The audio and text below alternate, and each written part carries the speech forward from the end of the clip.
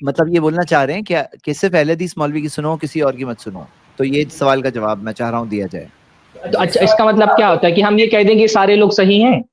صحیح تو کوئی ایک ہی ہوگا نا. اچھا آپ بتائیے کہ ایک طرف ایک آدمی بول رہا ہے کہ یہی مسلک صحیح ہے, ایک آدمی بول رہا ہے کہ سارے مسلک صحیح ہیں, تو کیا ایسا ہو سکتا ہے کہ سارے صحیح ہوں؟ صحیح تو کوئی ایک ہی ہوگا میرے بھائی. اگر آپ بول رہے ہیں نا جو آپ بول رہے ہیں, اگر آپ کی بات کی نفی کر دی جائے, آپ کی بات تسلیم کر لی جائے اور کہا جائے نہیں سارے لوگ صحیح ہیں, تو سارے لوگ کیسے صحیح ہو سکتے ہیں؟ دین اللہ تعالیٰ نے ایک ہی اتارا ہے, تو سب لوگ نہیں صحیح ہو سکتے, کوئی ایک ہی صحیح ہے. دنیا میں یہی تو امتحان ہے کہ دنیا میں شبہات ہیں, ان شبہات میں ایک حق ہے اور بہت سارے باطل ہیں.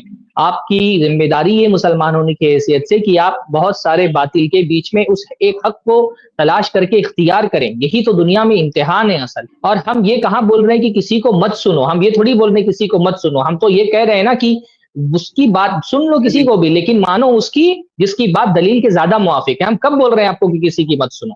بھائی تقلید کرنے والا بولتا ہے کسی کی مت سنو, وہ بولتا ہے کہ کسی کی مت سنو, دلیل دیکھو ہی مت, بس امام نے جو بول دیا وہ مان لو. مقلد بولتا ہے کسی کی مت سنو. اہل حدیث کا بول رہا ہے کسی کی مت سنو. اہل حدیث تو کہہ رہا ہے بھائی ایک مسئلے میں اختلاف ہے, ان کی بھی سنو, ان کی بھی سنو, ان کی بھی سنو.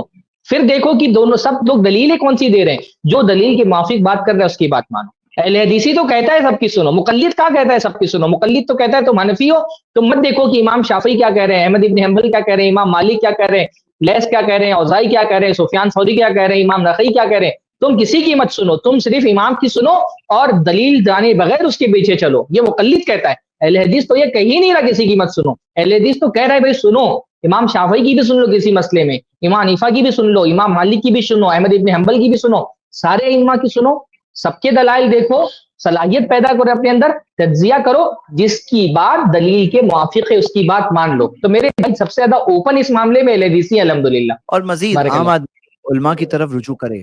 اب دیکھو علماء میں دیکھنا تو پڑے گا کہ کون سے علماء ہیں جو صحیح منہج پر ہیں. دیکھو مسائل میں غلطی ہو سکتی ہے, مسائل میں غلطی ہو سکتی ہے, انسان ہے, لیکن کم سے کم فارمولا صحیح ہونا چاہیے, منہج صحیح ہونا چاہیے. اگر کوئی عالم ہے جو کہہ رہا ہے کوئی چیز شرک والی بات سکھا رہا ہے, تو آپ اس عالم کی طرف کیسے رجوع کر سکتے ہیں؟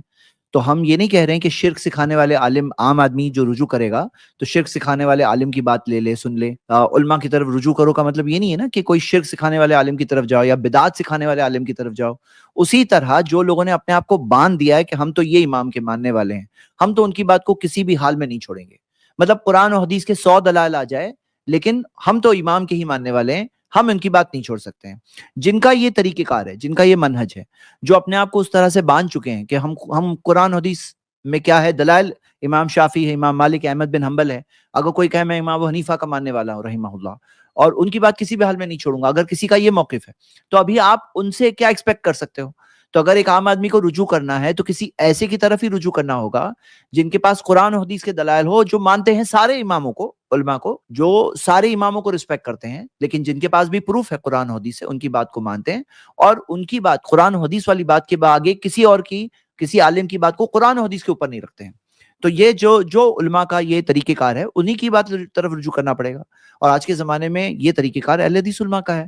اب اس میں جو صحیح ہے وہ صحیح ہے, اور کوئی بھی قبول کر سکتا ہے, یہ کوئی اس میں کاپی رائٹ نہیں ہے. اگر آج دیوبندی علماء سوچ لیں اور قبول کر لیں اور بنا لیں کہ نہیں ہمارا بھی, ہم نے یہ طریقہ بنا لیا ہے کہ ہم سارے اماموں میں سے جس کے پاس بھی مضبوط دلیل ہے, قرآن حدیث کی دلیل ہے, ہم ان کی بات قبول کر لیں گے, ہم یہ نہیں کہیں گے کہ ہم انہی کی بات مانیں گے. اگر آج دیوبندی علماء کہہ لے, آج بریلوی علماء کہہ دے, تو ان کے لیے بھی ہے چیز یہ, بھائی کون سے کاپی رائٹ ہے اس میں کہ بھائی نہیں کوئی اور نہیں قبول کر سکتا یہ منہج ہمارا, یہ ہماری کاپی رائٹ ہے, یہ آپ کرو گے تو ٹریڈ مارک ایشو ہو جائے گا, کاپی رائٹ ایشو ہو جائے گا, نہیں اسٹرائک آنے والا ہے. نہیں, لو بھائی قبول کرو, یہی تو صحیح ہے, سب لوگ مل کے اسی چیز پہ چلتے ہیں, اس میں کون سی بڑی بات ہے, چلو جو صحیح بات ہے مان لیتے ہیں, اس میں ایشو کیوں بنانا ہے ہم سب کو.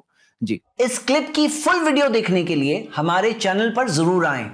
آئی پلس ٹی وی نے ایک نیا یوٹیوب چینل شروع کیا ہے جس کا نام ہے آئی پلس ٹی وی اختلاف کا حل. اس چینل پر صرف اختلافی مسائل پر ویڈیوز آئے گی, لیکن دلائل کے ساتھ اور بھائی چارگی کے ساتھ.